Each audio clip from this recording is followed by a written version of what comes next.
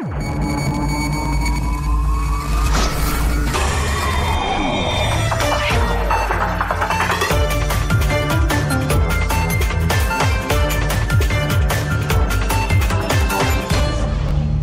ministre de la Santé, Benjamin Hunkpatin, a tenu une rencontre ce 22 juin avec les agents paramédicaux et administratifs du secteur de santé. L'objectif de cette rencontre est de clarifier davantage le décret numéro 2019-125 portant organisation du temps de travail des professionnels de santé exerçant dans les hôpitaux publics et celui numéro 2019-124 portant fixation des taux des indemnités de garde, d'astreinte et d'heures supplémentaires dans les formations sanitaires publiques. Vous savez que le nombre de paramédicaux de garde est multiplié par 4, 5, voire 6. CHUML, la situation est identique.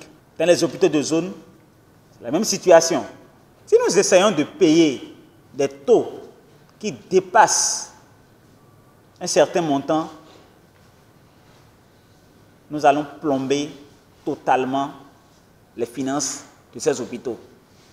Toutes les recettes, et même au-delà, ne serviront qu'à payer les gardes et astreintes. Qui va assurer le fonctionnement? Et je sais que vous avez besoin de matériel, d'équipement pour bien travailler. Qui va les acheter?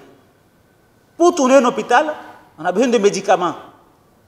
Et ça, c'est vraiment le primum movens. Il faut que l'acquisition des médicaments, et c'est d'ailleurs pour ça qu'il y a un compte spécial qui est dédié à ça, puisse être assuré en tout temps. Si nous consacrons toutes les recettes des structures pour payer les gardes et astreintes et autres indemnités et primes, comment allons-nous faire fonctionner les hôpitaux? Le plus important pour nous était de nous assurer que ce qui est retenu est effectivement payé. Je voudrais transiter vers le temps de travail en quittant le domaine des gardes et astreintes. Les gardes et astreintes, évidemment, ça commence à 17 h et ça va jusqu'au matin. Et les week-ends et jours fériés où nous ne sommes pas en théorie là. Mais les 40 heures qui sont prévues par la fonction publique, comment est-ce que nous les organisons? En fait, ce qui a amené le gouvernement à prendre cette mesure n'est pas si tant que ça lié au personnel paramédical. Comment pouvons-nous imaginer que vous avez un hôpital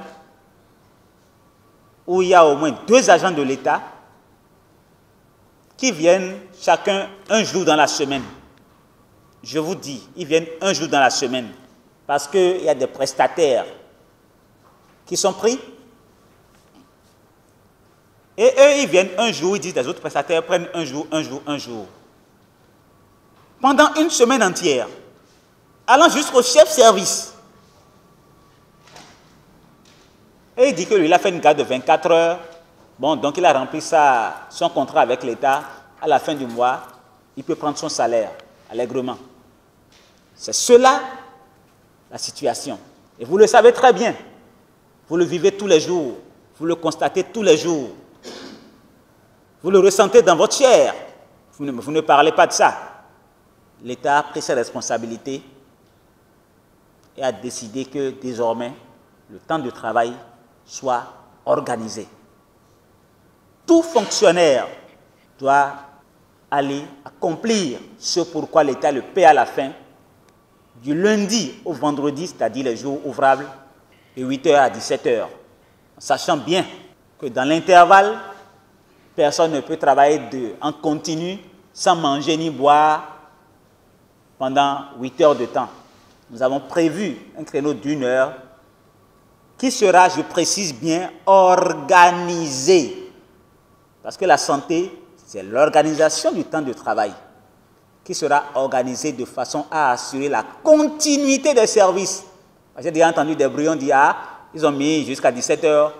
D'accord, on va tous partir à 13 h, on va laisser les malades et on verra comment ça va se gérer. Non, il ne s'agit pas de ça. Il y a une obligation d'assurer la continuité des services. Donc on s'organise. Si vous êtes 2, quelqu'un peut prendre 1 heure avant, pendant que l'autre assure, et après l'autre prend. C'est ainsi que ça va se passer. Donc il n'est pas question de laisser les services pour tous pendant 1 heure de temps, non.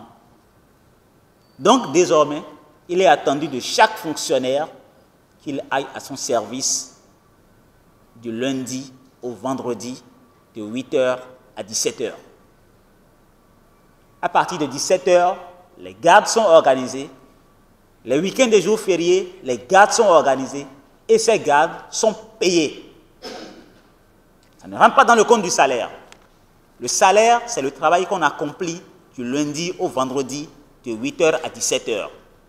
Ces deux décrets portant organisation du temps de travail et fixation des taux des indemnités de garde et d'astreinte viennent à point nommé à en croire la directrice de l'hôpital de zone Lokossa à Thiémi.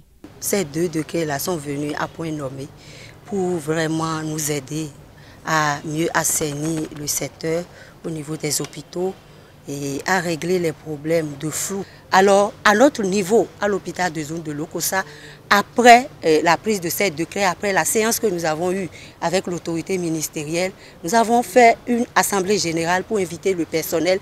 Et nous avons débattu de cela, nous avons lu ensemble les deux décrets et comment nous pouvons organiser cette nouvelle disposition, Et ensemble, on a réfléchi, on s'est dit qu'il y aura deux équipes. On n'a pas encore ce qu'il faut pour assumer trois équipes. Qu'il y aura deux équipes, une équipe pour la journée et une équipe pour la nuit. Bien entendu, ce n'est pas les mêmes personnes qui feront la nuit tout le temps. Une semaine de journée, une semaine de nuit. Et ça se compense en même temps avec les repos compensateurs.